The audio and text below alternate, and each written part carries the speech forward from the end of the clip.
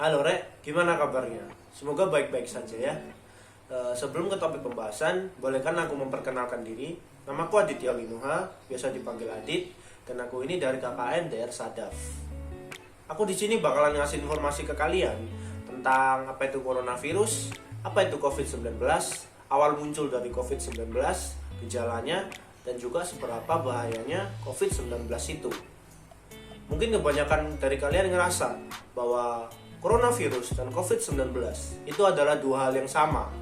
Padahal kenyataannya, coronavirus dan COVID-19 itu adalah dua hal yang berbeda.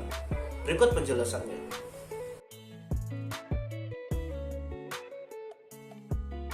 Nah, yang pertama itu adalah coronavirus. Apa itu coronavirus? Menurut WHO, World Health Organization, coronavirus adalah suatu kelompok virus yang dapat menyebabkan penyakit pada hewan maupun manusia. Beberapa jenis coronavirus diketahui menyebabkan infeksi saluran nafas pada manusia, mulai dari batuk pilek hingga yang lebih serius seperti Middle East Respiratory Syndrome atau yang biasa dikenal dengan MERS, dan juga Severe Acute Respiratory Syndrome yang biasa dikenal dengan SARS. Coronavirus jenis baru yang ditemukan sekarang ini itu menyebabkan penyakit COVID-19.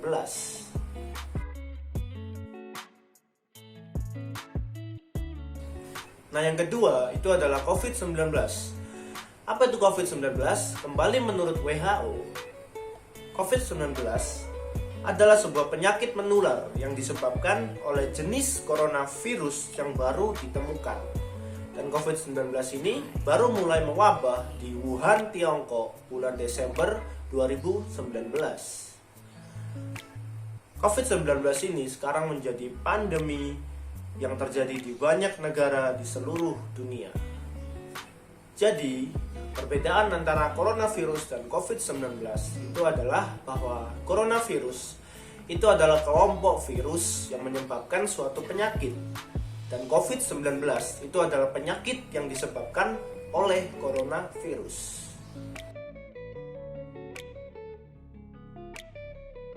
Dan yang ketiga adalah awal muncul dari COVID-19.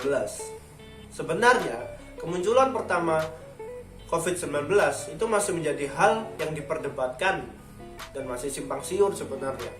Namun ada dua teori yang menjelaskan tentang kemunculan pertama dari COVID-19 ini. Teori pertama menjelaskan bahwa COVID-19 berasal dari pasar hewan liar di Wuhan, Tiongkok.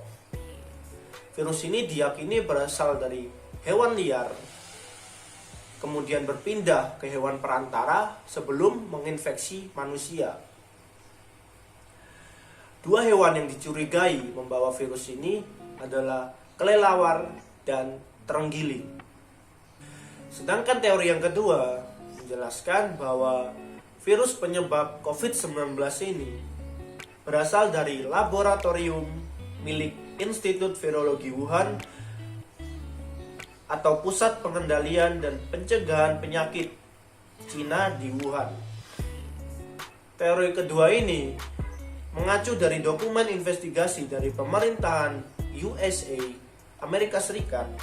Namun investigasi ini belum memiliki bukti konkret dan definitif bahwa virus ini berasal dari laboratorium di Wuhan.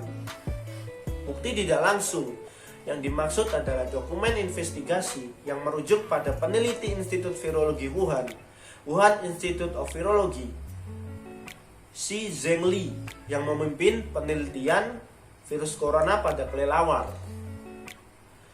Pada tahun 2015, Shi dan 14 peneliti lainnya melaporkan penelitian mereka pada jurnal Nature Medicine. Dalam laporan itu,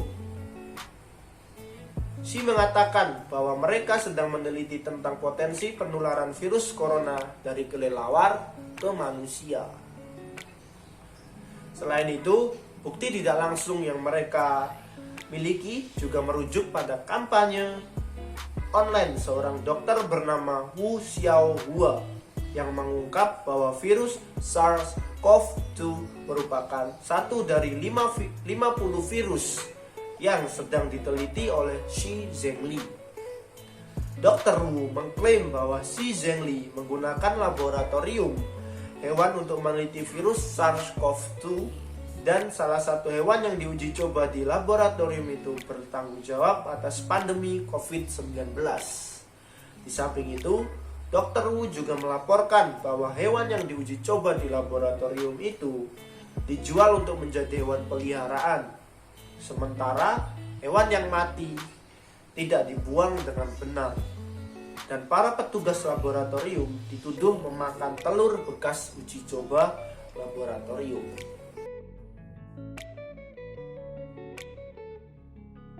Nah, yang keempat adalah gejala COVID-19. Menurut WHO, masing-masing orang memiliki respons yang berbeda terhadap COVID-19.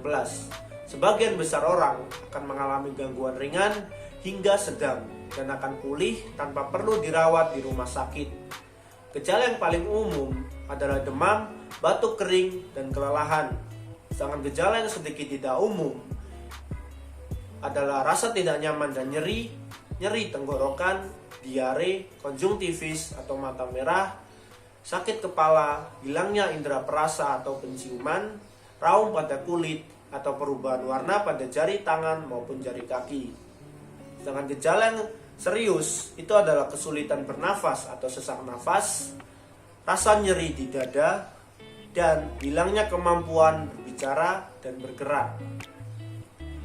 Rata-rata gejala akan muncul 5-6 hari setelah seseorang terinfeksi, tetapi bisa saja sampai 14 hari setelah terpapar virus COVID-19 ini.